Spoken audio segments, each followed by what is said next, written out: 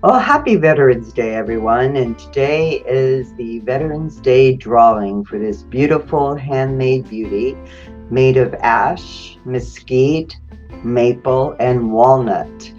The bowl was hand turned by North Texas Crafts and donated to me by Brian.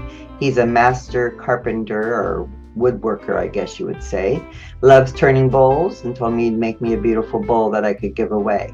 The bowl is 6 3/4 inch tall and 9.5 inches wide at the top, and it's really not to hold too much except maybe keys or something important next to your door.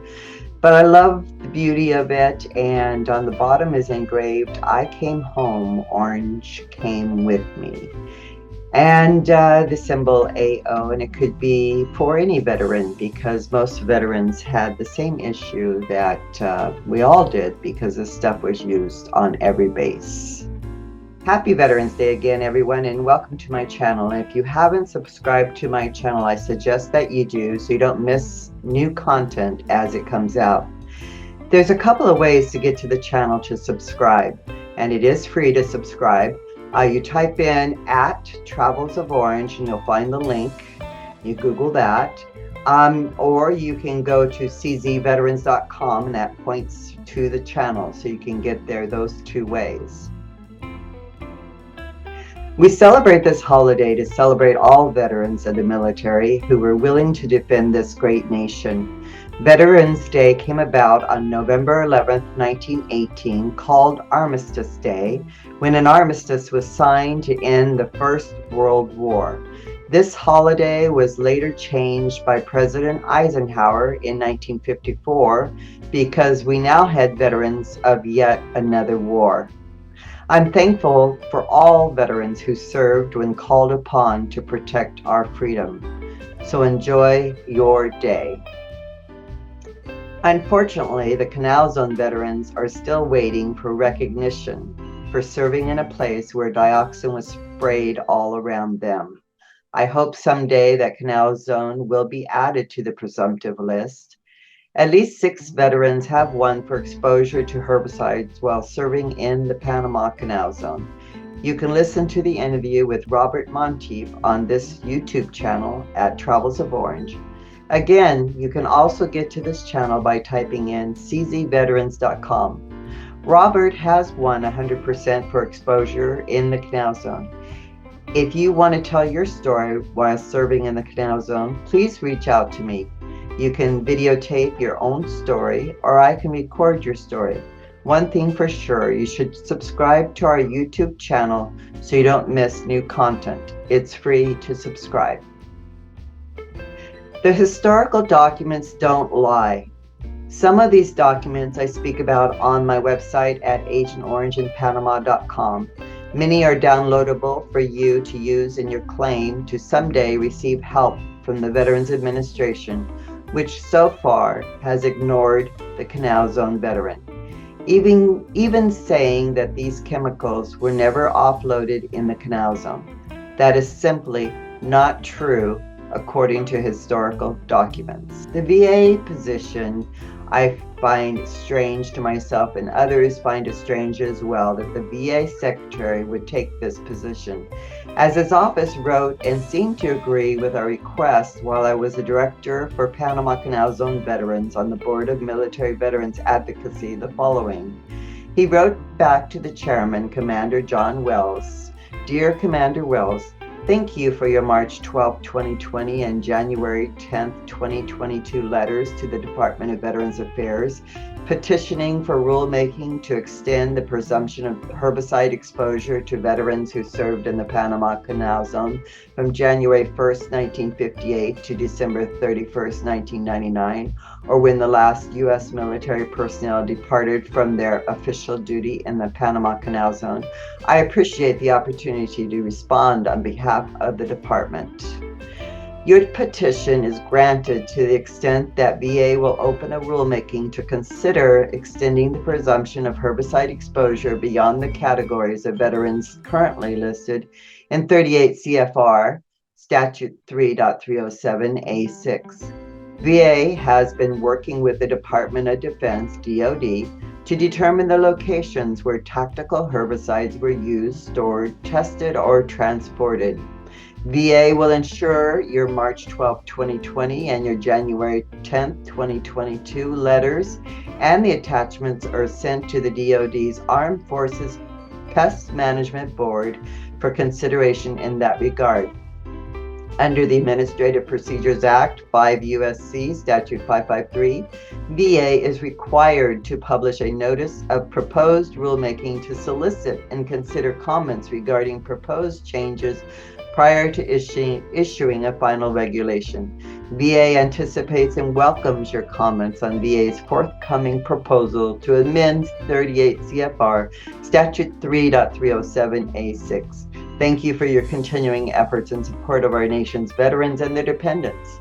Please direct any additional questions you may have concerning this matter to Lorraine Carson, Deputy Executive Director for Policy and Procedures, Compensation Services, Veterans Benefits Administration at lorraine.carson@va.gov. Sincerely, Raymond Kelly, BSO Liaison. This letter was written in March of 2022, and they haven't done anything since then, to my knowledge. So last November 11th, Veterans Day, November 11, 2022. If you've been to my website, agentorangeandpanama.com, I blog about a follow-up email to this reply from the VA we had received. I am no longer on the board at the Military Veterans Advocacy, but I wrote to the Pentagon last Veterans Day, November 11, 2022. You can see my email to the Pentagon by going to my website, clicking on the blog, scrolling down to the bottom of any blog and seeing the blog to the Pentagon. In this email, I asked the Pentagon if the VA had contacted them about the use of these chemicals in the Canal Zone and provided the Pentagon with proof they were. About 3 months afterwards, someone responded to my email and said, quote, "Thank you for contacting the AFPMB. Your email has been received and will be forwarded to the appropriate office for action. Signed, AFPMB." What kind of action? That response was February 27th, 2023 of this year. That was how many months ago? And nothing else since. The AFPMB stands for the Armed Forces Pest Management Board, also known earlier as the FCPC. I did a video about the FCPC and their responsibility here on this channel, and on my website I blog about them. The FCPC stands for the Federal Committee on Pesticide Control, and according to their historical documents, they were responsible for getting requests from the federal facilities and coordinating its shipments through the U.S. commerce, both domestically and internationally. And yet these people can't tell us if these chemicals were used or sent to the Canal Zone. According to the AFPMB technical manual, it was. According to Aberdeen, testing the soil in 1976, it was. According to the AFPMB memo, anything in the federal catalog was okay to use on any facility, and herbicide orange was listed in the catalog up until 1971.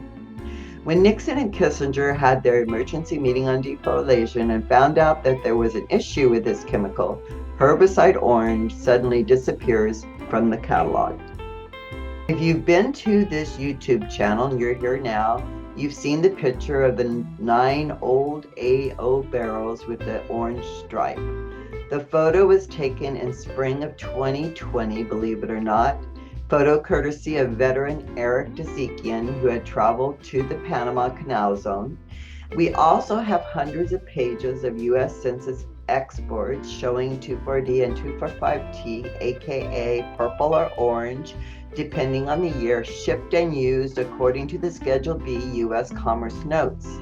This Canal Zone Governor's reports show that all organic chemicals, of which these were offloaded inside the Canal Zone for both the Canal Zone use and the country of Panama.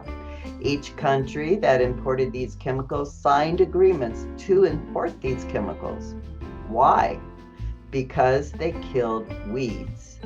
Unfortunately, they also cause damage to humans. If you need any of the documents, most are somewhere on my website, or you can contact me directly through this channel here. We who lived in the Panama Canal Zone were damaged by many forever chemicals, not only dioxin contained in these two chemicals. I write about documented use of other forever chemicals in the Canal Zone in my book, The Travels of Orange. No harm could be caused to us by commercial herbicides. I began this journey 8 long years ago. I've learned a lot along the way. The truth is not being heard by the decision makers, the VA. The VA is not allowed to look at the evidence if the place, the Canal Zone, is not on their list. They don't seem to care that we have historical documents that prove otherwise. It seems the VA has not reached out to the Pentagon regarding the Canal Zone. Instead, reports are written that the so-called commercial version could not have caused us harm, which is simply not true. 1978 hearing where Dow medical director tells the VA that there's no difference between the tactical and the commercial version of these chemicals. The VA Director of Benefits was at a hearing in 1978 during the battle for Vietnam veterans, and he heard with his own ears that there was never any difference between the so-called tactical version and the commercial version of 2,4,5-T. Every batch of 2,4,5-T ever made had unknown amounts of dioxin. It is the dioxin that lasts up to 100 years in the soil, and it is the dioxin that has caused the Canal Zone veterans harm, just as it caused other veterans who served alongside dioxin spraying harm, and yet the Canal Zone veterans are completely ignored. You can see the 1978 hearing on my website under the Docs tab. As I said, veterans are winning for exposure to herbicide in the Canal Zone at the Board of Veterans Appeals. The VSOs, for some reason, are telling our veterans they cannot file. Some VSOs have even laughed at our Canal Zone veterans, telling the veteran that they could be fired for filing a frivolous claim. But you can still apply yourself. When the Canal Zone will be recognized as a place where these chemicals were used and placed on the VA's list is anybody's guess. If you have a disease that could have been caused by exposure, do not wait to apply. The VA needs to hear from you. So that's enough for the announcements. So now for the drawing. I have made a store, and at first to make t-shirts and hats, etc., to help spread the word about the Panama veterans. And now I'm adding more products to my store weekly. So check it out, and if you have a special need, I may be able to source that product for you or for your group. I'm going to have the store, regardless if Panama wins or loses, I'm going to continue to grow. The Canal Zone Veterans items are under the Just Cause tab in my store, and my Canal Zone Veterans items will have a tagline of either my channel or my website or my czveterans.com on my merchandise. And this store is helping me to pay to keep my website up so that you can download these documents. I want to thank all who have supported this effort these 8 long years, and for all those customers who purchased something from my store or donated on my website to help me keep the documents posted to help with your claim. Thank you for your support and your purchase. I'm having fun learning and keeping my mind occupied while we wait for a verdict in my own husband's case after 8 long years. And without this new hobby of mine, I would go stir crazy waiting for justice. Keep yourselves busy and be patient, but do not wait to file if you have a disease on their lists and are a Canal Zone veteran. I am not an attorney, I am not a VSO, but I know a lot of VSOs, a lot of attorneys, and if you need help, you can seek out help from someone, but you can also do this yourself. The drawing. So now for the drawing. Each time that you've purchased since my store opened up until yesterday, you were entered into the drawing for this beautiful hand-turned bowl donated to the cause by North Texas Crafts. Brian is a master woodworker, and I want to thank Brian for donating this beautiful bowl to help our cause.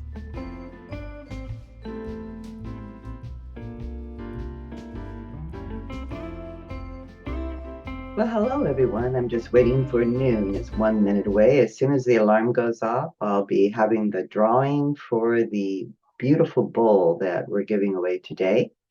And I thank you for listening to the little video there. So we're just waiting for the alarm to go off, and then I'll be drawing. So I have all, there it goes. It is high noon on Veterans Day, and I said that's when I'll be giving away this bowl. And I appreciate all the people who purchased something or donated to the cause to help me to keep the documents up on the website. I have all the, oops, I don't know if you can see this, but I have all the drawing little tickets inside this little bag. Yeah, there's not very many of you that have purchased or donated, but the people that have really helped me out. So I really appreciate that. So I'm going to shake it up really good, and I'm going to reach in and I'm going to grab one and we'll see who wins. I'm shaking it really good. I really am. Okay, here we go. Down the hatch. And the winner is James Gleason from Colorado. Congratulations, James. That bowl will be coming to you soon. Happy Veterans Day, everyone. Take care.